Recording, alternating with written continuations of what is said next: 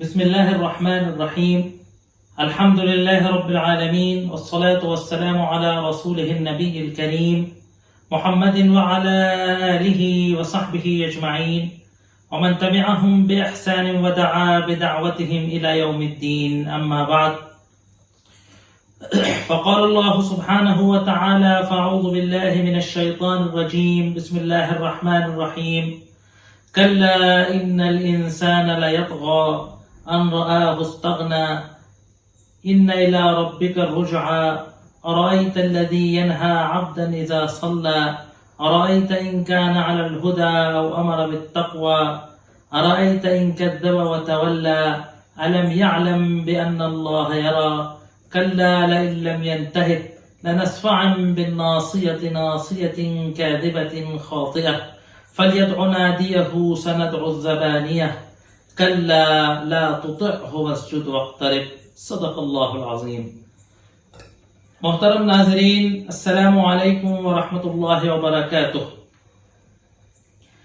جیسا کہ آپ جانتے ہیں کہ سورہ علق کی تشریح و تفسیر، سورہ علق کی تفسیر و ترجمہ چل رہا ہے، اور اس کی چند ابتدائی آیات کے جو آغاز وحی پر مشتمل تھیں ان پر گفتگو ہو چکی ہے، اور کس طریقے سے آغاز وحی میں اس کتاب کے افتتاح میں سرور کائنات محمد صلی اللہ علیہ وسلم وسلم کی جو دعوت شروع ہوئی، اس کی بنیاد کس طریقے سے علم پر رکھی گئی، اور اس نئے دین کو، اس نئے عقیدے کو، اس نئے تمدن کو کس طریقے سے جاہلیت کی تاریکیوں کو علم کے نور سے چھانٹنے کے لیے چنا گیا، اور جو علم کی اہمیت تھی 5 آیتوں میں 6 بار اقرا اور علم اور قلم کا جو لفظ آیا، اس سے سلسلے میں گفتگو ہو چکی تھی.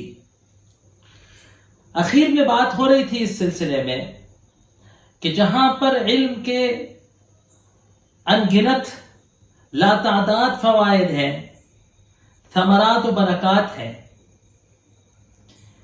ایک علم کی برائی بھی ہے کہ اگر علم کو نور الہی سے، نور نوحی سے جدا کر دیا جائے، اور اگر علم کے ساتھ وہ اعلیٰ اخلاق، وہ معیار اور وہ کردار نہ ہو کہ جو مطلوب ہے، تو کبھی کبھی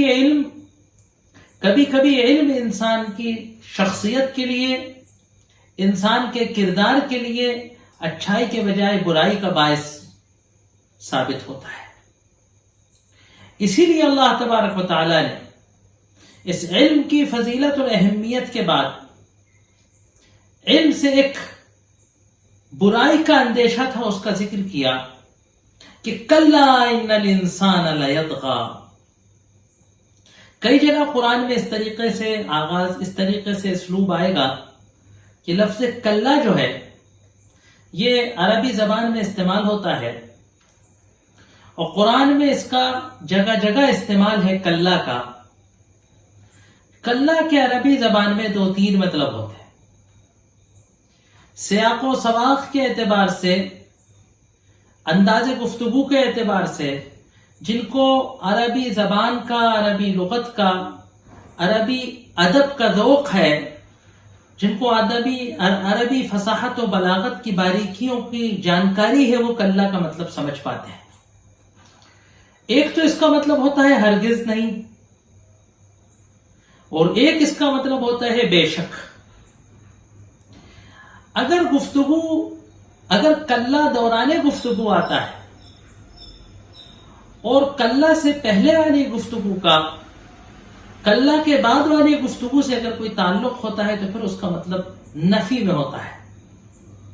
مثال کے طور پر گفتگو ہو کہ سب معاملہ ایسے ہے، یہ کرنا چاہیے، تو کلا ہرگز ایسا نہیں ہے، جیسا تم سمجھتے ہو بات ایسی نہیں ہے، بات یہ ہے. اور اگر کلا آغاز کلام میں آتا ہے، جملے کی شروعات میں آتا ہے، تو پھر یہ تاکیدی ہوتا ہے، اور اس کا مطلب ہوتا ہے بے شک، یقیناً. اکثر مفسرین نے یہاں کلا کو بے شک کے مطلب میں، تاکید کے مطلب میں، آغاز جملے کے مطلب میں لیا ہے. کلا ان الانسان لیطغی، بے شک انسان سرکشی کرتا ہے. قرآن میں جہاں کہیں بھی اس انداز سے لفظ انسان آتا ہے تو بار بار علماء کسی خاص شان نزول کے پس منظر میں آیتوں کے نازل ہوتے وقت کے کسی خاص مخصوص واقعے کے پس منظر میں انسان کے مطلب میں مفہوم لے لیتے ہیں کہ اس سے مراد فلاں شخص ہے. لیکن دراصل قرآن کی جو آیات ہیں وہ کسی اشخاص کے کرداروں کو، ان کے کیریکٹرز کو، ان کے برتاؤ کی تشریح کرنے کے لیے نہیں آئی ہیں. شان نزول میں جو افراد کی کہانی قصہ ہوتا ہے وہ صرف بات کو سمجھانے کے لیے ہوتا ہے. قرآن دراصل قیامت تک چلنے والی کتاب ہے اور وہ صرف انسانوں کے کیریکٹر کے اصناف کو کہ ایسے ایسے کیریکٹر ہوتے ہیں، ایسے ایسے کردار ہوتے ہیں اور ایسے کردار کے حامل لوگوں کا انجام یہ ہوتا ہے، ان کا برتاؤ یہ ہوتا ہے، ہمیں کون سا کردار اپنانا ہے اور کس کردار سے بچنا ہے، یہ بتانے کے لیے قرآن میں مختلف کردار اور مختلف کردار کے اخلاقی اوصاف کو اور ان کے برتاؤ کو بیان کیا جاتا ہے. یہاں مراد انسان سے جن سے انسان ہے کہ انسان کی فطرت یہ ہے، اللہ تبارک و تعالیٰ نے انسان کو بنایا اس فطرت کا ہے کہ وہ لیطغی سرکشی کرتا ہے. طغی یطغی طغیانا، یہ عربی میں کہا جاتا ہے کہ کوئی چیز یا کوئی شخص اپنی مقررہ حدود سے جب تجاوز کرتی، اپنی حدوں سے آگے نکلتی تو اس کو طغیان کہا جاتا ہے.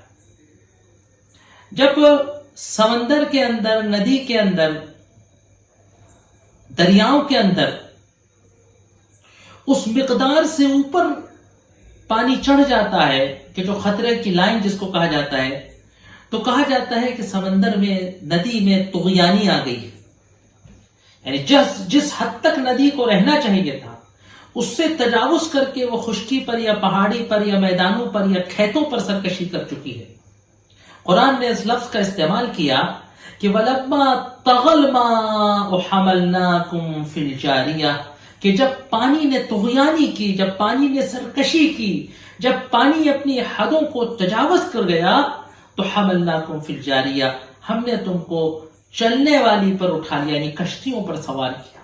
جب باڑھ آتی ہے، جب طوفان آتا ہے، جب سیلاب آتا ہے، جب سڑکیں اور راستے اور کھیت ڈوب میں آ جاتے ہیں تو اللہ تبارک و تعالیٰ نے انسانوں کی جانیں اور مالیں بچانے کا، پھنسے انسانوں کو باہر نکالنے کا طریقہ نکالا ہے کہ لکڑی کی ناویں پانی میں ڈوبتی نہیں ہیں، وہ پانی کی سرکشی کے ساتھ اٹھتی چلی جاتی ہیں اور وہ انسانوں کی جانیں بچانے اور ان کو ادھر سے ادھر لے جانے کا سبب بنتی.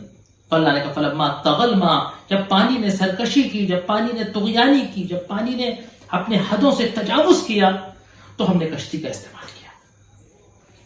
تو لیطغی، بے شک انسان سرکشی کرتا ہے، اپنی حدود سے تجاوز کرتا ہے. ہم نے پچھلی لیکچر میں کہا تھا کہ بہت جگہ قرآن ہم کو یہ بات بتاتا رہتا ہے کہ انسان بہت جلدی اپنی اوقات بھول جاتا ہے اور وہ اڑنے لگتا ہے.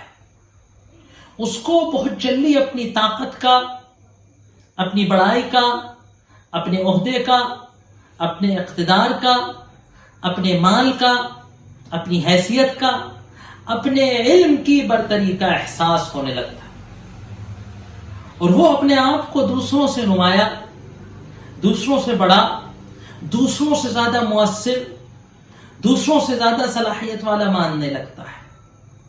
خود اس کے اندر احساس سے برتری، سپریٹی کا احساس پیدا ہونے لگتا ہے. وہ دوسروں کو حقیر سمجھنے لگتا ہے، وہ دوسروں کو کمتر سمجھنے لگتا ہے، وہ دوسروں کو اپنے درجے سے نیچے کا سمجھنے لگتا ہے، خود کو وہ ایک بلند. اسی کا نام تکبر ہے نا. کبر بڑائی، تکبر بڑائی کا احساس، اسی کو غرور کہتے ہیں. غرور بنا عربی کے لفظ غر ہے، اگر وہ دھوکہ کھا جائے، انسان دھوکے میں مبتلا ہو جاتا ہے. جو اس کی حیثیت ہے، جو اس کی طاقت ہے، جو اس کی اوقات ہے، اس سے زیادہ کا اپنے آپ کو سمجھنے لگتا ہے نا. اور یہی سرکشی ہے، کیونکہ پھر ایسے میں آ کر وہ تکبر و گھمنڈ کی حرکتیں کرنے لگتا ہے نا. وہ ایسے الفاظ کا استعمال کرنے لگتا ہے، وہ ایسے برتاؤ کا استعمال کرنے لگتا ہے، وہ اپنے آپ کو اس طریقے سے یوں بالکل نمودار ہونے لگتا ہے کہ وہ جو ہے اس طریقے سے سرکشی ہو، پھر وہ لوگوں پر اذیتیں کرتا ہے، وہ لوگوں پر ظلم کرتا ہے، وہ لوگوں پر زیادتی کرتا ہے، اور وہ لوگوں پر اخلاقی اعتبار سے، فکری اعتبار سے ان کو زیر کرنے کو اپنا حق سمجھنے لگتا ہے۔ تو کہا کہ ان الانسان لیطغی، بے شک انسان سرکشی کرتا ہے، اڑنے لگتا ہے۔ کب؟ ان راہ استغنا، جب وہ اپنے آپ کو دیکھتا ہے، جب وہ اپنے اندر وہ اپنے آپ کو محسوس کرتا ہے کہ استغنا، کہ وہ غنی ہو گیا ہے۔ اکثر مفسرین نے یہاں غنا سے مراد مالداری لکھی۔ یقیناً غرور و تکبر کا، گھمنڈ کا، اترانے کا اور مختلف قسم کی سرکشیوں میں مبتلا ہونے کا، بدعنوانیوں میں مبتلا ہونے کا، لوگوں کو پریشان کرنے کا، ان پر ظلم و زیادتی کرنے کا، ان کو پیچھے دھکیلنے کی ایک بڑی وجہ ہے کہ جب انسان غنی ہو جاتا ہے، مالدار ہو جاتا ہے، تو وہ اپنے مال کو بچانے، اپنے مال کو پنپانے، اپنے مال کو بڑھانے کے لیے یہ سب حرکتیں کرتا ہے۔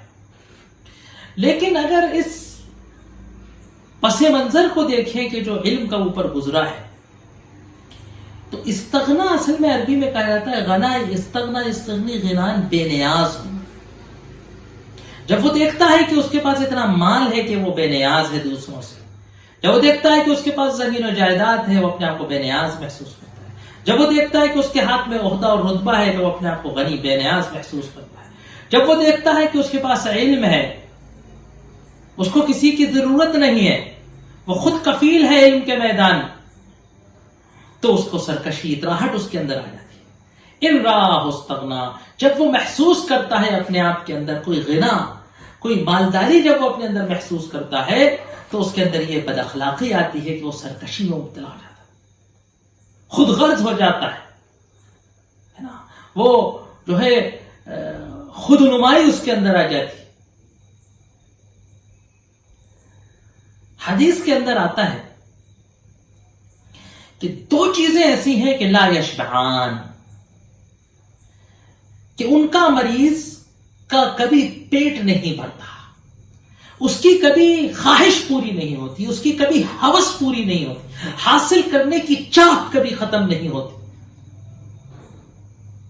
صاحب المال و صاحب العلم، ایک مال والا کہ کتنا بھی مال حاصل کر لے، اس کو مزید مال حاصل کرنے کی خواہش، مزید مال حاصل کرنے کا شوق، مزید مال حاصل کرنے کی کسک، مزید مال حاصل کرنے کی بھوک اس پر سوار رہتی ہے، اس کو جنون سوار رہتا ہے مال دولت حاصل کرنے۔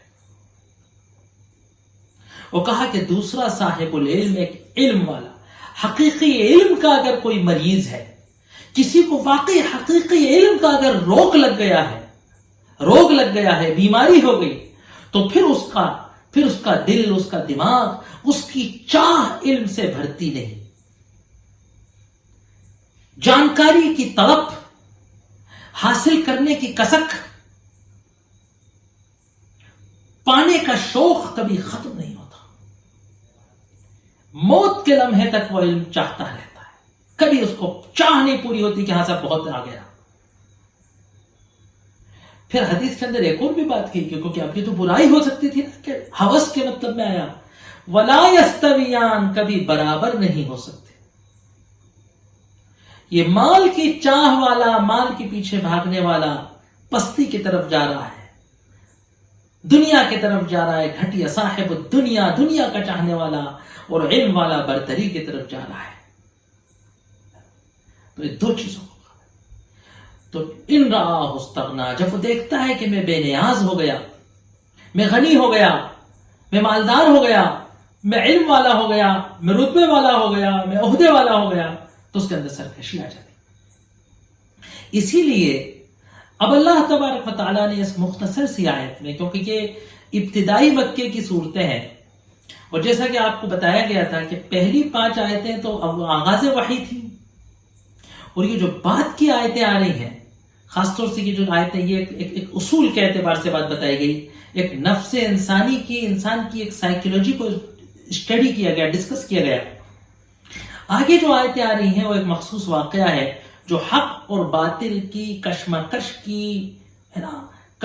کی تصویر ہمارے سامنے صاف کرے گا، کیونکہ حق کی دعوت کا مطلب، کان کھول کے سن لیجئے، بہت اچھے سے اس بات کو ذہن نشین کر لیجئے کہ حق اور باطل کی کشمکش کا مطلب ہے کہ آزمائشیں، قربانیوں کا ایک تسلسل، اللہ کے طرف سے آزمائش اور ابتلا کا ایک تسلسل ہے حق و باطل کی کشمکش کا نام۔ اسی لیے کہا گیا ام حسبتم ان تدخلوا الجنۃ ولما یأتکم مثل الذین خلوا من قبلکم، کیا تم سمجھتے ہو کہ تم جنت میں داخل ہو جاؤ گے اور نہیں آئیں گے تم پر، ہے نا، وہ مصیبتیں، وہ آزمائشیں جیسے کہ تم سے پہلے والوں پر آئی ہیں؟ مستهم البأساء والضراء وزلزلوا، ہے نا، تکلیفیں ان کو آئیں، تنگیاں ان کو آئیں، جان و مال کا نقصان ان کو ہوا، فزلزلوا، جھنجھوڑ کر رکھ دیے گئے، ہلاک کر رکھ دیے گئے، ہے نا، یہ آزمائش۔ ان رآہ استغنا، سرکش کب ہوتا ہے انسان کہ جب اپنے اندر کوئی غنا محسوس کرتا ہے، کوئی سپریورٹی جب اپنے اندر محسوس کرتا ہے، کوئی برتری اپنے اندر محسوس کرتا ہے، تو اس کے اندر جو ہے وہ سرکشی کا مادہ آ جاتا ہے۔ اب انسان کہہ رہا ہے ان الی ربک الرجعی، اس سرکشی سے بچنے کی ترکیب، اس طغیان سے اپنے آپ کو بچانے کی ترکیب کیا ہے کہ ان الی ربک الرجعی، اس بات کا احساس، اس بات کا استحضار، ہما وقت دل و دماغ میں اس بات کا ضبط و نقش رہنا کہ ان الی ربک الرجعی، کہ بے شک لوٹ کر تیرے رب کے طرف ہی جانا ہے۔ اتنی بڑی ہستی کے سامنے حاضر ہونا ہے کہ اگر یہ تصور ہو جائے تو کبریائی کا کوئی تصور نہیں بچے گا، برتری اور سپیریٹی کا کوئی احساس ہمارے اندر نہیں بچے گا، ہے نا۔ اس دنیا میں گزارے ہوئے وقت کی، اپنی ساری کارکردگی کا حساب دینا ہے، جواب دینا ہے، اس پوری زندگی کے کارگزار زندگی کی کارگزاری وہاں پیش کرنی ہے، سرکشی اور ظلم اس میں نہیں ہونا چاہیے۔ تو انسان کو سرکش مزاج کا بنایا گیا ہے، تھوڑی سی بے نیازی آ جائے، تھوڑی سی برتری آ جائے تو اچھلنے لگتا ہے، اپنی اوقات بھول جاتا ہے۔ اس برائی سے بچنے کا ذریعہ کیا ہے کہ ہما وقت اس بات کا احساس، اس بات کا استحضار کہ مجھے اللہ کے پاس لوٹ کر جانا ہے۔ ان الی ربک الرجعی، بے شک تیرے رب کے طرف ہی لوٹ کر جانا ہے۔ اب یہاں ایک واقعہ پیش کیا جا رہا ہے کہ جب انسان استغنا کا احساس اس کے اندر آتا ہے اور جب اس کی زندگی آخرت کی جواب دہی سے خالی ہوتی ہے تو جو سرکشی انسان کے اندر آتی ہے اس سرکشی کی ایک مثال دی جا رہی ہے۔ دو بندوں کا مثال دی گئی کہ جس میں ایک آخرت کے استحضار والا تھا، داعی حق تھا، وہ کردار سرور کائنات محمد صلی اللہ علیہ وآلہ وصحبہ وسلم کی صورت میں تھا، اور ایک کردار طغیان کا تھا، سرکشی کا تھا، جو اپنے اندر ایبلٹیز، اپنے اندر صلاحیتوں کو پا کر تکبر کا، غرور کا، گھمنڈ کا، خودسری کا شکار ہو گیا تھا۔ وہ آخرت کی جواب دہی کے تصور سے خالی تھا، اسی لیے اس کے اندر تکبر تھا، غرور تھا، گھمنڈ تھا، خودسری تھی، لوگوں کو دبانے اور کچلنے کا احساس تھا۔ سیرت نگاروں نے اور محدثین و مفسرین نے ایک واقعہ نقل کیا ہے کہ تقریباً جب دعوت اپنے سری مرحلے سے نکل کر اعلان تک آ گئی تھی، تو سرور کائنات محمد صلی اللہ علیہ وآلہ وصحبہ وسلم مسجد حرام میں نماز پڑھتے تھے اور قریش والے ان کی اس چیز کو دیکھتے تھے. مکی دور میں قریش کے سرداروں میں ایک سردار جس کا نام ابو جہل تھا، سب جانتے ہیں، عامر بن ہشام اس کا نام تھا. یہ مکے کے بڑے سرداروں میں اس کا شمار تھا، اور اگر دنیاوی اعتبار سے دیکھا جائے تو بڑا بہادر، ہونہار، اس قریش کے جاہلیت کے معاشرے میں تمام علوم و فنون سے، وقار و کردار سے، مروت سے بھرپور، اخلاق عرب سے بھرپور ایک شاندار سردار کی ایک مثال تھا. لیکن کیونکہ وہ ایمان سے بے بہرا تھا، مزاج میں اس کے خود سری تھی، سرکشی میں مبتلا ہو گیا، اسلام کی دعوت کی دشمنی میں سرخیل صف اول میں ثابت ہوا. اسی لیے تاریخ نے اس کو ابو جہل کے نام سے جانا کہ وہ جہالت کی صف کا نمایاں سردار تھا. ایک روز سرور کائنات محمد صلی اللہ علیہ وصحبہ وسلم مسجد حرام میں نماز پڑھ رہے تھے. اس نے لوگوں سے کہا، ایعفر محمد وجہہ فی التراب، کیا اب بھی محمد مٹی میں اپنے چہرے کو ڈالتا ہے، یعنی سجدے والی نماز پڑھتا ہے؟ کہا ہاں. کہا کہ اگر اب اس نے نماز پڑھی تو میں اس کی گردن کو اپنے پیر سے روند دوں گا، توڑ دوں گا. پھر اس کا آمنا سامنا ہوا سرور کائنات سے، اور اس نے بڑے جھڑک کر آپ سے کہا، بڑے جھڑک کر آپ سے کہا کہ اے محمد، کیا میں نے تم کو مسجد حرام میں نماز پڑھنے سے منع نہیں کیا ہے؟ اگر تم نے نماز پڑھنے کی کوشش کی تو میں ایسا کروں گا اور ایسا کروں گا. اس نے بڑی خود سری کے ساتھ، آپ صلی اللہ علیہ وسلم بھی ناراض ہو گئے. آپ نے اس کو جواب دیا. اس پر اس نے کہا کہ انی لاکثر نادی اہل ھذا الوادی، میں اس بستی کا سب سے بڑی نادی والا ہوں، چوپال والا ہوں. میں سب سے بڑی چوپال والا ہوں. میرے آوان و انصار، میرے سپورٹر، میرے ووٹر ہے نا. میں کئی بسیں بھر کر ریلیاں چلا سکتا ہوں. ہاں، بسیں نہیں تھی اس وقت. اس طریقے سے اسے سرکشی کی. اس واقعے کو ان آیات نے اپنا ایک مضمون بنا کر حق و باطل کی سرکشی کے کچھ اصول، حق و باطل کی کشمکش کے کچھ اصول ہم کو بتائے. اَرَأَيْتَ الَّذِي يَنْهَا عَبْدًا إِذَا صَلَّى. دیکھیے عربی زبان میں بڑی بلاغتیں ہیں. دیکھیے ایک تو ارائیت، رآ یرا عربی میں کہتے ہیں دیکھنے کو، لیکن ایک رآ کا مطلب ہوتا ہے غور و خوض کرنا، سوچنے کا مطلب. انی ارا، میں سوچتا ہوں کہ ایسا کروں. ارائیت، کیا تم نے دیکھا، کیا تم نے غور کیا، کیا تم نے تدبر کیا، اس شخص پر غور کیا ذرا، اس کے کردار پر، اس کے کیریکٹر پر، اس کے برتاؤ پر. ینہا عبدا اذا صلی، کیا اس کی مت ماری گئی ہے کہ خود تو اللہ کے سامنے سر نہیں جھکاتا، خود تو اللہ کے حضور نماز نہیں پڑھتا، لیکن اس کی مت یہ ماری گئی ہے کہ جو اللہ کے حضور اپنا سر جھکاتا ہے اس کو بھی منع کرتا ہے. ارائیت، کیا تم نے غور کیا اس شخص کے کردار پر، اس شخص کی کیا تم نے فکری تجزیہ کیا کبھی اس کا؟ ینہا عبدا اذا صلی، جب منع کرتا ہے کسی اللہ کے بندے کو، اللہ کے غلام کو، اس وقت کی جب کہ وہ نماز پڑھ. ارأیت ان امر بالتقوی، ارأیت ان کان علی الہدی او امر بالتقوی. دیکھیے قابل آدمی تھا، جیسے میں نے بتایا بہادر آدمی تھا، سرداری کی تمام.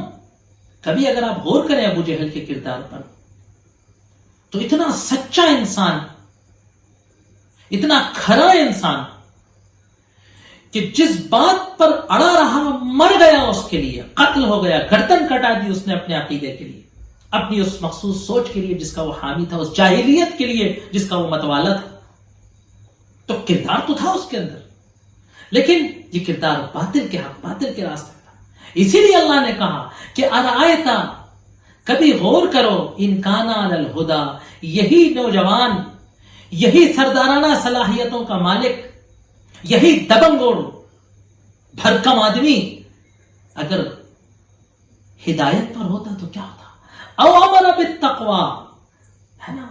اس جیسے انسان کا تو ہوش مندی یہ تھی کہ وہ تقوی کا حکم دیتا، نہ کہ نماز پڑھنے سے روکنے کے لیے اپنی ان صلاحیتوں کا استعمال کرتا. ارائیت ان کذب وتولی. بعض حضرات نے ادھر دوسرا ترجمہ بھی کیا، کہا کہ یہ دو کردار بتائے. دیکھیے دو کردار آمنے سامنے کھڑے ہیں. ایک محمد صلی اللہ علیہ وسلم کا کردار کہ ارائیت ان کان علی الہدی، بتائیے یہ اس کو مسجد میں نماز پڑھنے سے روکتا ہے. غور کرو کہ اگر اس کا کردار ہدایت والا ہے اور یہ تقوی کا حکم دیتا ہے. ارائیت ان کذب وتولی، غور کرو ذرا اس پر کہ ان کذب وتولی، کہ جب کہ جھوٹ بولتا ہے، جھٹلاتا ہے اور پیٹ دکھاتا ہے نا. حق کی دعوت کو، توحید کو جھٹلانا اور اللہ کے احکامات سے پلٹنا، ہے نا، پیٹ پھیر کے بھاگ جانا، یہ اس کا ابو جہل کا کردار تھا. اب یہ کردار کہاں سے آتا ہے کہ یہ اپنی صلاحیتوں کو ہدایت میں اور تقوی کی دعوت میں استعمال کرنے کے بجائے حق کو جھٹلانے میں، حق کو دبانے میں، حق کو کچلنے میں استعمال ہوتا ہے. کہاں سے آتا ہے؟ الم یعلم بان اللہ یرا، کیا یہ نہیں جانتا، کیا اس کو اس بات کا علم نہیں ہے کہ ان اللہ یرا، کہ اللہ دیکھتا ہے. بہت مختصر سی آیات مکی دور کی، تشریح کرے تو گھنٹوں ناقص کم پڑ جائے. ساری برے کردار کی سدھار کی روش کیا ہے کہ اس بات کا یقین ہو جانا کہ اللہ دیکھ رہا ہے. کیا اس کو یہ نہیں معلوم کہ اللہ دیکھ رہا ہے؟ کلا لئن لم ینتہ. اب دیکھیے حق و باطل کی کشمکش میں صبر و استقامت کا بڑا رول ہے. ہم سمجھتے ہیں کہ ہم کوئی بم پھوڑ دیں، ہم کوئی دھماکہ کر دیں تو حق کا ہم بڑا بول بالا کر دیں گے، یوں کر دیں گے، یوں کر دیں گے. سب سے بڑی طاقت، حق کی صفوں میں سب سے بڑی طاقت ہے صبر و استقامت. ان لم ینتہ، اگر یہ اپنی اس روش سے باز نہیں آتا، اگر یہ حق کو دبانے اور کچلنے کی اس ناکام کوشش سے باز نہیں آتا، لنصفعا بالناصیہ، ہم اس کا پیچھانی پکڑ کر گھسیٹیں گے. ناصیہ کہتے ہیں ماتھے کو. عربی زبان میں یہ ناصیہ جو ہے کہ انسان کے پورے چہرے اور انسان کی شخصیت کی نمائندگی ہے نا. جب ہم کسی کی آئیڈینٹی کارڈ میں جب ہم کوئی فوٹو لگاتے ہیں تو چہرے کا لگاتے ہیں، چہرہ انسان کی آئیڈینٹی.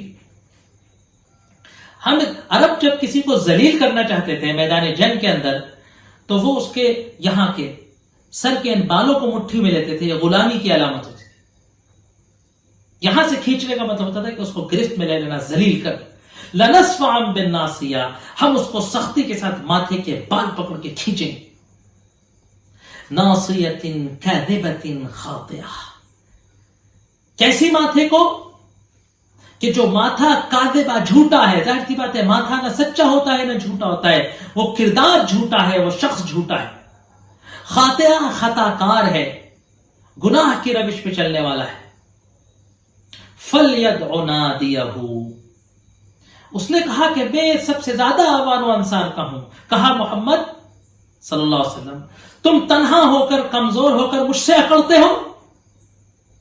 اللہ کے رسول صلی اللہ علیہ وسلم نے اس کے منع کرنے سے روکے نہیں, ثابت قدم رہے, اس کی بات پر ڈٹے, اس کے خلاف کھڑے ہو گئے. کہا محمد تم کس بوتے پر میرے سامنے ڈٹتے ہو, کس بوتے پر تم میری بات کو ٹالتے ہو, میں سب سے زیادہ آوان و انصار کا ہوں. اللہ نے اس کا جواب دیا فَلْيَدْعُ نَادِيَهُ, تو بس وہ بلا لے اپنی نادی کو, وہ بلا لے اپنی چوپال کو, وہ بلا لے اپنے آوان و انصار کو, وہ بلا لے اپنی ریلیوں کو.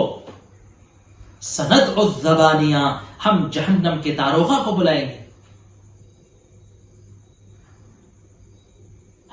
سَنَدْعُ الزَّبَانِيَةَ.